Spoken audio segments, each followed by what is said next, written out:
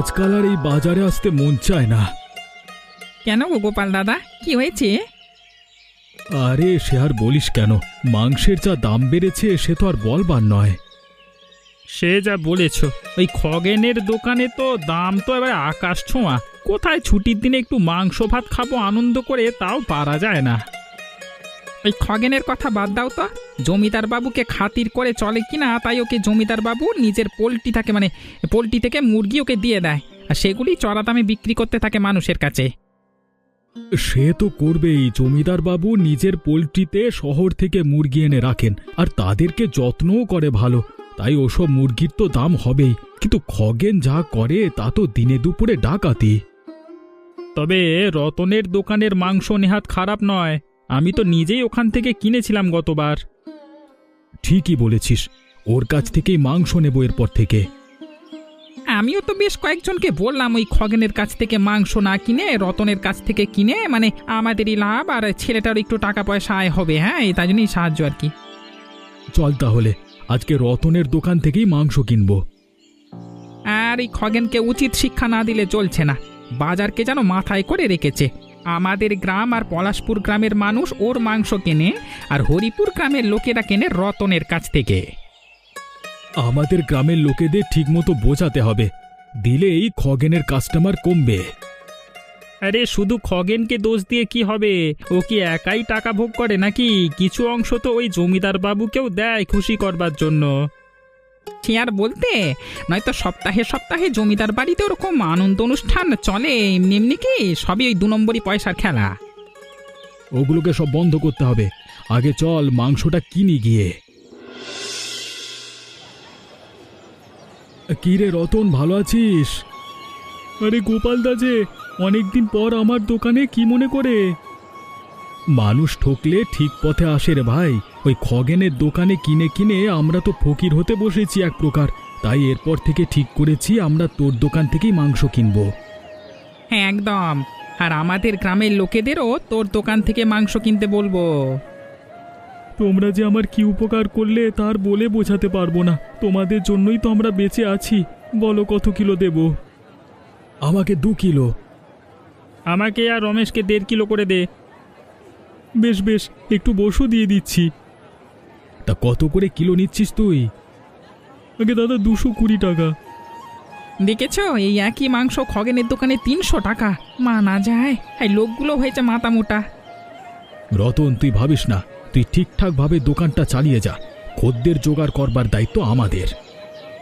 বাঁচালে দাদা, লোক ঠকিয়ে আমার কি লাভ? কয়েক পয়সা বেশি নিয়ে বড় লোক তো আর হয়ে যেতে পারবো না।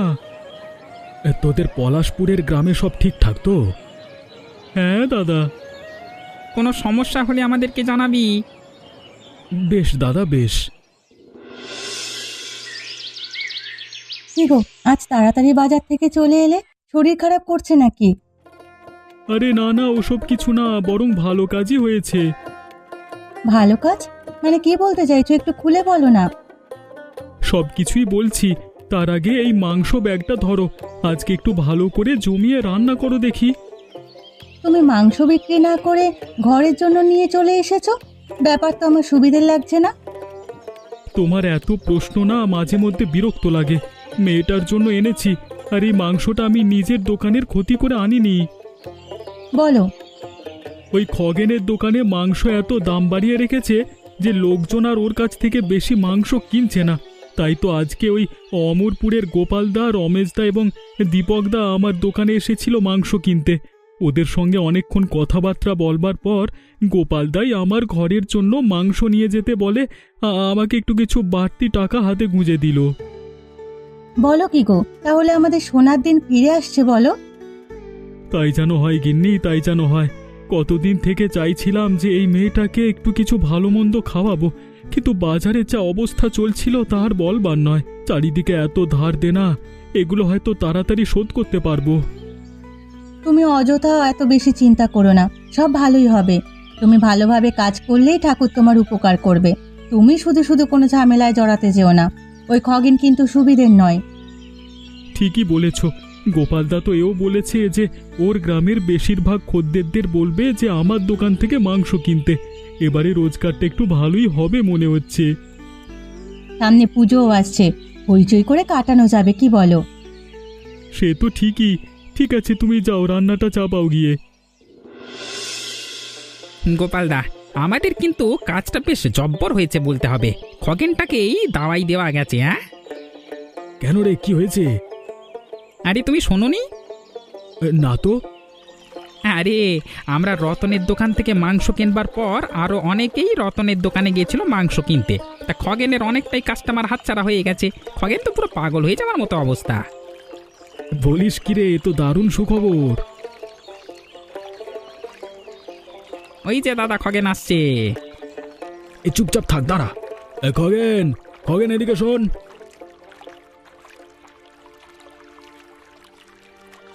কি হয়েছে, ডাকছিস কেন? এত রেগে আছিস কেন, আর যাচ্ছিসই বা কোথায়? জান নামে যাচ্ছি। আমার ক্ষতি করে এখন এখানে বসে আমার সঙ্গে মস্করা করছো? চ্যাংড়ামি! তোরা কি ভেবেছিস আমার খদ্দেরকে ভাঙিয়ে নিয়ে চলে গেলে আমি ভয় পেয়ে যাবো?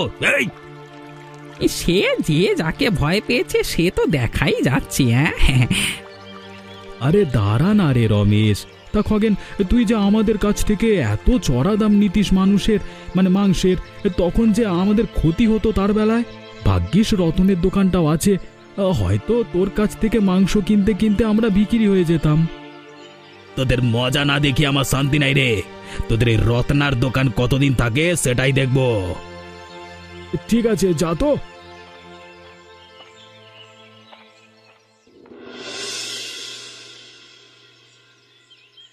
কিরে, তোর মুখটা আজকে এরকম বাংলার 5 হয়ে আছে কেন? বাজারে বিক্রি ভালো হয়নি নাকি? বিক্রি আর হবে কোত্থেকে?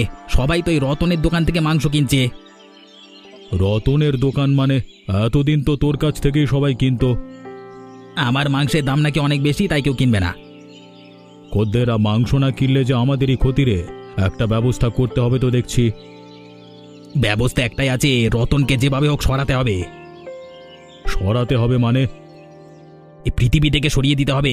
সোজা ভাষায় বলতে গেলে খুন করতে হবে।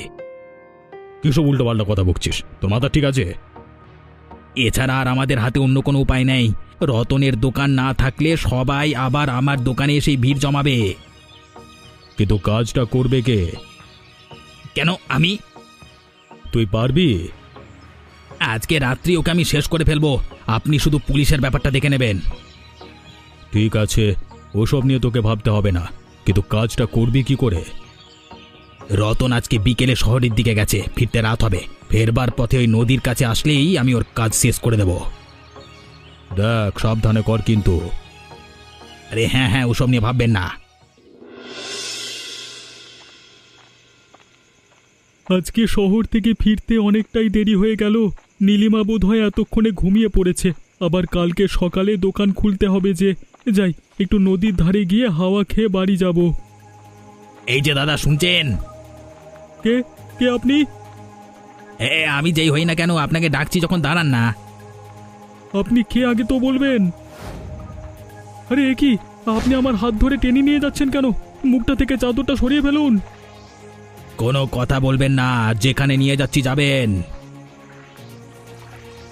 আরে এ তো নদীর কাছে এনে দাঁড় করালেন। করতেটা কি চাইছেন আপনি? এবারে চিনতে পারছিস? খগেনদা, তুমি আমাকে এখানে ধরে আনলে কেন? তোর যে যাওয়ার সময় হয়ে গেছে রত্না। মানে?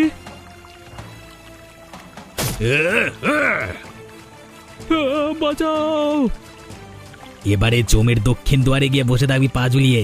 আরে আমার সাথে পাঙ্গা নেওয়ার কথা বুঝে গেলি তো এরপর। আমাকে বাঁচাও খগেনদা। এবারে তুই ওই চামচাগুলো কোথায় মাংস কিনতে যায় সেটা দেখবো। আমার সঙ্গে বেয়াদবি, মর হতচ্ছাড়া। এ আমার কি সর্বনাশ হলো গো ঠাকুর! এবার আমাদের কি হবে? আমাদেরকে ফেলে রেখে সে একা চলে গেল। এটা ভেঙে পড়বার সময় নয় নীলিমা, মনকে শক্ত করো। যে গেছে সে আর ফিরে আসবে না, তাই অযথা কান্নাকাটি করে কোনো লাভ নেই। বরং আমাদের এটা জানতে হবে যে কারা রতনের এমন অবস্থা করলো, ওদের আমরা ছাড়বো না। আর কি হবে দাদা ওসব ভেবে? আমাদের ভবিষ্যৎ অন্ধকার করে দিয়ে চলে গেল। কালকে যখন বাড়িতে এসে সুখবরটা দেয়, তখনই আমি বলেছিলাম সাবধানে থাকতে। শুনলো না আমার কথা। এখন পূজার দায়িত্ব তোমার উপর নীলিমা। আমরা তো আছি, কিন্তু তোমাকেই সংসারের সব দিক সামলাতে হবে। দরকার পড়লে একটা বিশ্বস্ত লোক রেখে মানুষের দোকানটা চালাতে হবে। লোক আমি কোথায় পাবো দাদা? সে আমার হাতে বিশ্বস্ত লোক আছে একজন। এই সামান্য কিছু ওকে মাইনে দিলেই ও মাংসের দোকানে কাজ করে দেবে। কিন্তু আমি ভাবছি এ কাজটা করলো কে?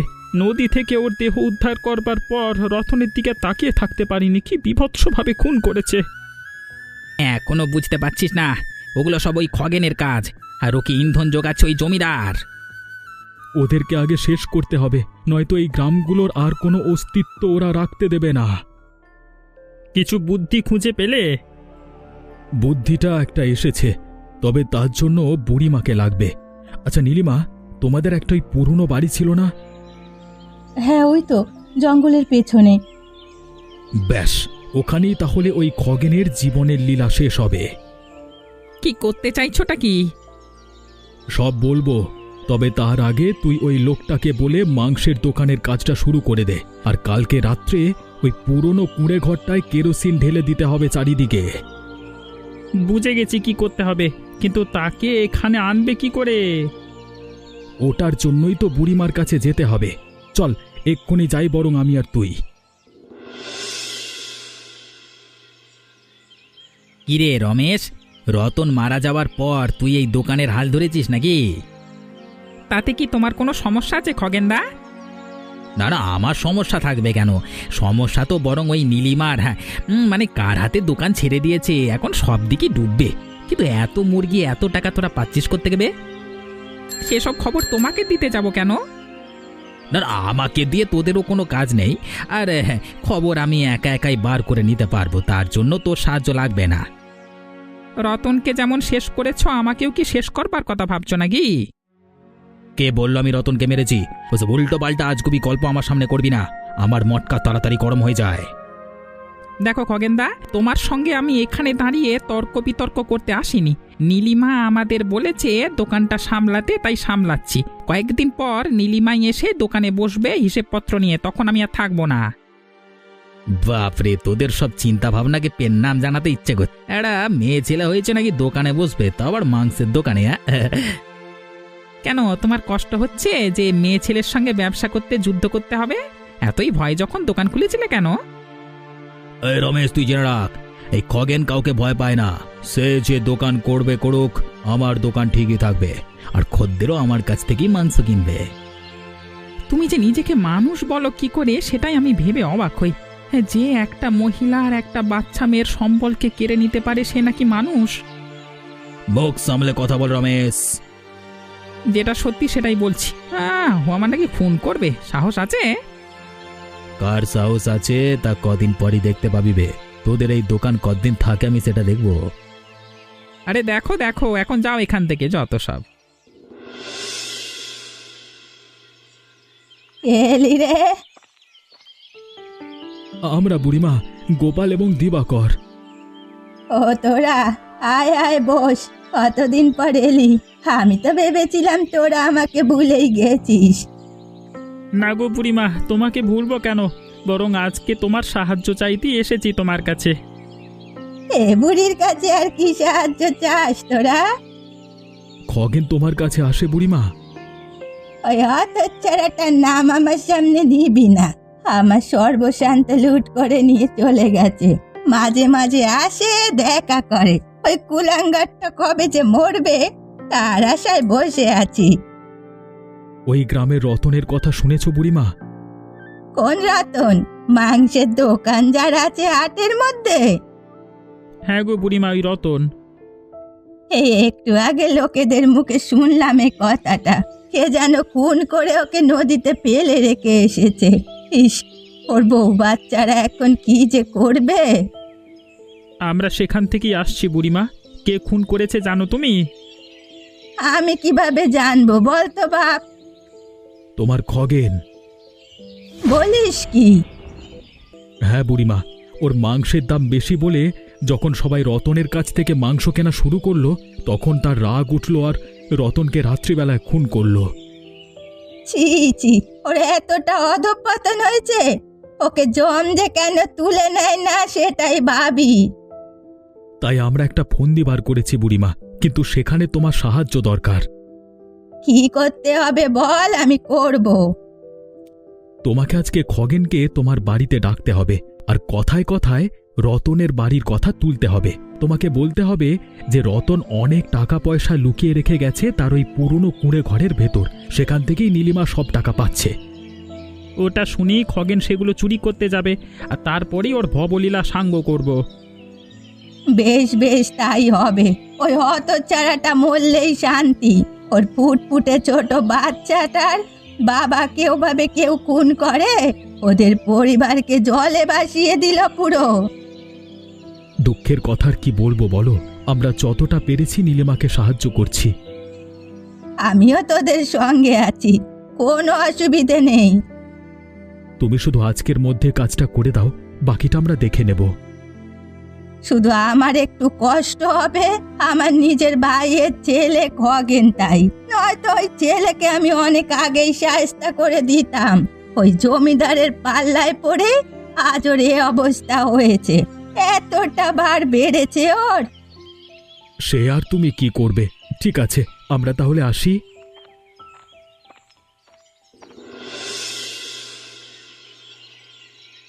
কি গো পিসিমা, আজকে হঠাৎ আমাকে তলব করে ডাকা, তা কি ব্যাপার? কেন আমি ডাকতে পারি না? কতদিন দেখিনি, তাই ভাবলাম একবার তোকে আসতে বলি। তোমার কাছেও বা এমনিতেও আসতাম। তাতে দোকানপাট কেমন চলছে? ভালোই, কেন বলো তো? না, এমনি জিজ্ঞাসা করলাম। আসলে অনেকের কাছ থেকে অনেক খবর পাচ্ছি তো, তাই ঠিক বুঝতে পারছি না। কিসের খবর বলো তো? আরে ও পাড়ার রতন, যার মাংসের দোকান আছে হাটে, সে নাকি খুন হয়েছে শুনলাম। ও, তার মানে আমার নামে তোমার কাছে এসো নালিশ করতে হয়েছে? হ্যাঁ, তা কে করেছে শুনি? নালিশ আবার কে করবে? অনেকের মুখেই তো বলা বলি করছিল তোর নাম, তাই। ওসব বাজে কথা, আমার কোনো দায় পড়েনি ওকে খুন করবার। ওসব কথায় বেশি পাত্তা দিও না তো। তাই রতনের দোকান চলছে কেমন এখন? ওটাই তো আশ্চর্যের, কালকে রাত্রে রতন খুন হলো, অথচ আজকে বেশ কয়েকটা মুরগি কিনে এনে নতুন একজনকে কাজে লাগিয়ে দোকান চালু হয়ে গেছে। তাহলে আমি যা শুনেছি সব সত্যি? কি শুনেছো তুমি? এই শুনলাম রতন নাকি অনেক টাকা পয়সা সঞ্চয় করে রেখে গেছে, সেগুলো লুকিয়ে রেখে গেছে তার ওই পুরনো কুড়ে ঘরের ভেতরে। নীলিমা সেখান থেকেই নাকি টাকা পয়সা সব নিচ্ছে এখন। আচ্ছা, এই ব্যাপার তাহলে। হ্যাঁ, তা তুই আর এসবে বেশি ঢুকতে যাস না। না না, আমি নিজের দোকান সামলাতে হিমশিম খাচ্ছি, আর লোকের পরিবারে অত নাক গলি আমার কাজ নাই। ঠিক আছে, আমি চলি বরং এখন এখান থেকে। এসেছিস যখন একটু খাওয়া দাওয়া করে যা। না গো, পরে এসে খাবো, চলি। হ্যাঁ,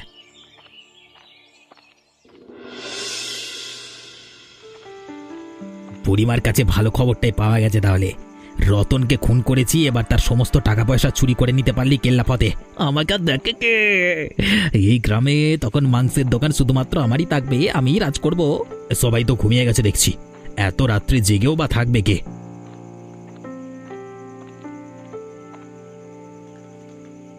ওই তো কুঁড়ে ঘরটাও দেখা যাচ্ছে, ভেতরে ঢুকে পড়ি।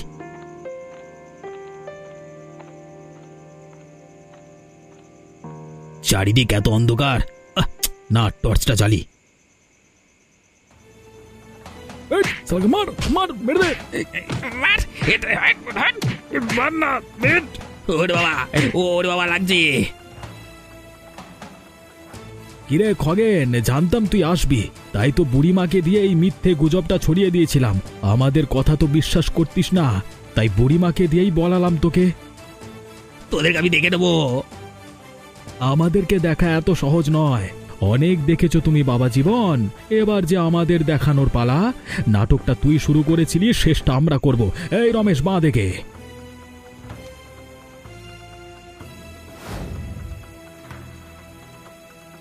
ভালো করে বেঁধেছিস তো? দেখ আবার খুলে যেন না যায়। কোনো চিন্তা নেই, এবার আর একটা কাজ বাকি আমাদের।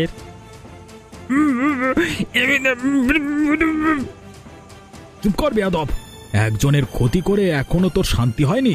চল তোরা এই জানালাটা বন্ধ করে দে, আর দরজাটা আমরা বাইরে থেকে লাগিয়ে দিচ্ছি।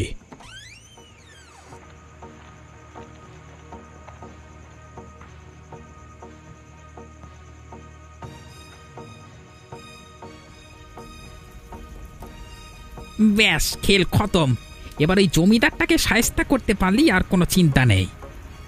ওর ব্যবস্থাও আমি করে ফেলেছি। জমিদারের লোককে টাকা খাইয়ে আমি বলে দিয়েছিলাম যে খগেন সব মুরগি নিয়ে রাত্রেবেলা বেরিয়ে যাবে। সেটা শুনে জমিদার হয়তো এখন খগেনের দোকানে এসে মুরগিগুলো সরাচ্ছে। তাহলে তো আমাদের এক্ষুনি হাটের দিকে যাওয়া দরকার। সে তো যাবই। দিবাকর, তুই একটা কাজ কর, রতনের সাইকেলটা নিয়ে পুলিশ স্টেশনে যা। ওদেরকে বলা আছে আমার নাম করলেই পুলিশেরা চলে আসবে তোর সঙ্গে। ওদেরকে হাটে নিয়ে পৌঁছে যাবি। আর রমেশ, তুই এখানে আগুন নেভানোর ব্যবস্থাটা করে ফেল, দিয়ে তারপর হাটের দিকে চলে আসিস। আমি যাই। আরে তাড়াতাড়ি তালাটা ভাঙ না রে হতচ্ছাড়া, এতক্ষণ দেরি কেউ করে? সে খগেন মুরগিগুলো বার করে নিয়ে পালিয়ে গেল কিনা কে জানে। আরে আরে এই তো তালা খুলে গেছে। এবার যা যা যা, ভেতরে যা, মুরগিগুলোকে বার করে আন, তাড়াতাড়ি যা। শেষমেশ জমিদার মশাই আপনি চুরি করা শুরু করলেন। কে? আমি গোপাল। ও আচ্ছা গোপাল, তুই এত রাত্রে এখানে কি করতে? আপনি কি এখানে রাত্রি ভ্রমণ করতে এসেছেন? আমার সঙ্গে তর্ক করতে যাস না, আমি জমিদার, যখন ইচ্ছে যেখানে খুশি যেতে পারি। হ্যাঁ, আবার যখন ইচ্ছে করবে যার তার দোকান ভেঙে চুরিও করতে পারেন। কে চুরি করেছে? আমি। তা নয় তো আর কি করছেন এটা? ওদিকের কাজ শেষ করে চলে এসেছি গোপালদা। বাহ, দিবাকর হয়তো পুলিশ নিয়ে পৌঁছে যাচ্ছে। রমেশ, তুই এক কাজ কর, তুই গিয়ে ওই সাগরেদটাকে ধর, আর আমি এই জমিদারকে বেঁধে ফেলছি। বাকি কথা কালকে গ্রামের সামনে হবে। ঠিক আছে গোপালদা। এটা কিন্তু তুই ভালো করছিস না। আপনি আর ভালো খারাপের উদাহরণ দেবেন না জমিদার মশাই, আপনার কুকীর্তি সব ধরা পড়ে গেছে। অত বেশি কথা বাড়িয়ে লাভ নেই, তাড়াতাড়ি তোকে যেটা বললাম সেটা কর। আপনি যে আমাদের পাতা ফাঁদে পা দিয়ে দেবেন আর ধরাও পড়ে যাবেন এত সহজে তা ভাবিনি। এবার জেলের ভাত হজম করতে পারেন নাকি দেখুন। যাক, এক রাতের মধ্যে দুটো অসভ্য লোক শাস্তি পেয়েছে। ভাগ্যিস গোপাল, রমেশ আর দীপাকর ছিল, এই 3টে গ্রাম বেঁচে গেল বাবা তোদের জন্য। ওসব কিছু নয় বুড়িমা, সবই গোপালদার বুদ্ধি। হ্যাঁ ঠিক। শোনো, পুলিশদের সঙ্গে কথাবার্তা হয়ে গেছে। এরপর থেকে খগেনের দোকানটাও নীলিমার নামে হয়ে যাবে। একটাই বড় দোকান মাংসের থাকবে ওই হাটের মধ্যে। এটা তো আমাকে আগে বলনি গোপালদা। আমি এইমাত্র থানা থেকে খবরটা নিয়ে আসছি। একদিক দিয়ে ভালোই হলো, তবে একটা কথা বেশ পরিষ্কারভাবে বোঝা গেল, মানুষদের ঠকিয়ে কেউ কোনোদিন সুখ পেতে পারে না। অন্য মানুষদের ক্ষতি করেও সেটা সম্ভব নয়। নিজের কাজটা ঠিক মতো করলেই ওপরওয়ালা আপনা আপনি আশীর্বাদ করবেন। সত্যি রতনটার জন্য খারাপ লাগছে, তবে নীলিমা তোমার কোনো চিন্তা নেই। যখনই কোনো সাহায্যের দরকার পড়বে আমাদের কাছে চলে আসবে। আমরা যথাসাধ্য চেষ্টা করব, আর পূজার লেখাপড়ারও কোনো সমস্যা আমরা হতে দেব না। যাক, একটা গতি হলো সংসারটার। বৌমা, তুমি বেশি দুঃখ পেও না। রতনের আত্মা কালকেই শান্তি পেয়ে গেছে। ওরা দুজনেই ধরা পড়েছে। খগেনটার উপযুক্ত শাস্তি হয়েছে। ওর পুড়ে মরাই উচিত ছিল। একদমই তাই। রতন ওপর থেকে সব দেখছে, সব ভালোই হবে। হ্যাঁ, এবার ওর শ্রাদ্ধ শান্তির একটা ব্যবস্থা করতেই হবে। আমরা ওদিকটা দেখে নিচ্ছি। হ্যাঁ হ্যাঁ, চলো কাজে লেগে পড়ি। এমনই সব ভালো ভালো মজার গল্প দেখতে হলে আমাদের চ্যানেলটিকে সাবস্ক্রাইব করতে ভুলবেন না যেন।